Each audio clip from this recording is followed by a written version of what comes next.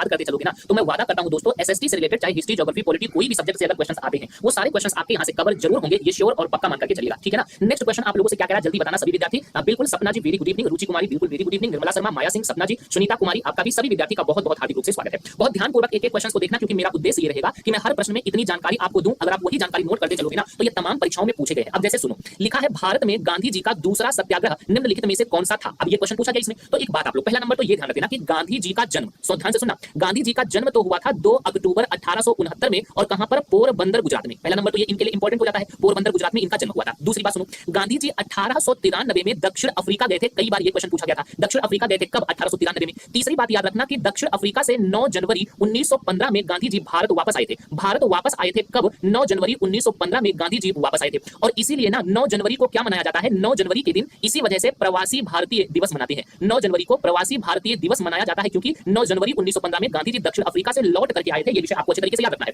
अच्छा, जब आ गए थे तो गांधी जी के अगर पूछा जाए राजनीतिक गुरु कौन थे, अगर ये एग्जाम में क्वेश्चन आ जाए तो याद रखना गांधी जी के जो गुरु थे ना उनका नाम था गोपाल कृष्ण गोखले। ये तो पता होगा आप लोगों को, गोपाल कृष्ण गोखले गांधी जी के क्या थे, राजनीतिक गुरु थे। इसके बाद गांधी जी का जो पहला सत्याग्रह था, कई बार एग्जाम में आपसे पूछा गया क्वेश्चन है, गांधी जी का जो पहला आंदोलन था ना, गांधी जी का पहला सत्याग्रह दोस्तों 1917 में चंपारण सत्याग्रह है। देखो ये क्वेश्चन बिहार के लिए भी इंपॉर्टेंट है। चंपारण जो आंदोलन था इनका पहला था और चंपारण सत्याग्रह ये बिहार में है ना, बिहार में है। और ये सत्याग्रह क्यों चलाया गया था, क्योंकि अंग्रेजों की तीन कठिया पद्धति के खिलाफ, तीन कठिया प्रथा के खिलाफ महात्मा गांधी जी का ये पहला आंदोलन था बिहार के चंपारण में 1917 में। ये बात आपको अच्छे तरीके से याद रखना है। और पहले सत्याग्रह चंपारण के लिए बुलाया किसने था, तो एक बात याद रखना, राजकुमार शुक्ल थे। राजकुमार शुक्ल थे बिहार के रहने वाले। तो राजकुमार शुक्ल ने तीन कठिया प्रथा के खिलाफ विरोध करने के लिए गांधी जी को गुजरात में अहमदाबाद के साबरमती आश्रम से बुलाने गए थे। तो वहां से आने के बाद गांधी जी ने अपना पहला आंदोलन चलाया था चंपारण सत्याग्रह बिहार में। ये बात आपको अच्छे तरीके से नोट रखना है। अगर गांधी जी का दूसरे आंदोलन की बात करोगे तो 1918 में जो अहमदाबाद के मिल मजदूरों का आंदोलन हुआ था, अहमदाबाद मिल मजदूरों का आंदोलन हुआ था गुजरात में, तो ये भी ध्यान रखना गुजरात में ये गांधी जी का दूसरा आंदोलन था। और 1918 में ही जो खेड़ा सत्याग्रह हुआ था गुजरात में ही ये भी हुआ था, ये गांधी जी का तीसरा आंदोलन था। पहला नंबर तो आप लोग ये जरूर नोट करना, क्या क्या मैंने नोट करवाया, पहला नंबर ध्यान से सुनो हर एक चीज।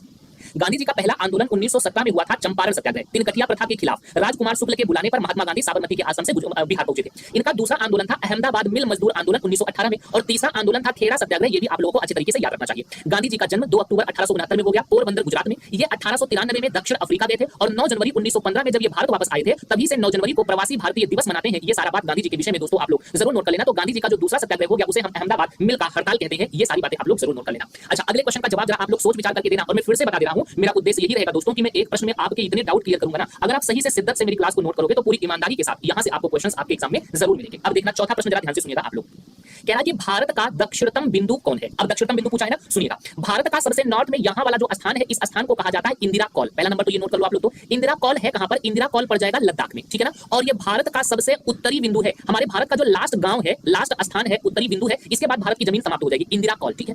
अच्छा, दूसरी बात, यहाँ जो दक्षिणी बिंदु है इसे हम लोग कहते हैं, जो दक्षिणी बिंदु है इसे हम लोग कहते हैं कन्याकुमारी। बहुत ध्यान से सुनना अभी मेरी बात, यहाँ पर एकदम कंसंट्रेट रहना। कन्याकुमारी, या इसी का दूसरा नाम है केप कोमोरिन, दूसरा नाम है केप कोमोरिन, या इसी का तीसरा नाम भी है कुमारी अंतरीप। बहुत ध्यान से सुनना, कुमारी अंतरीप। और ये जो स्थान है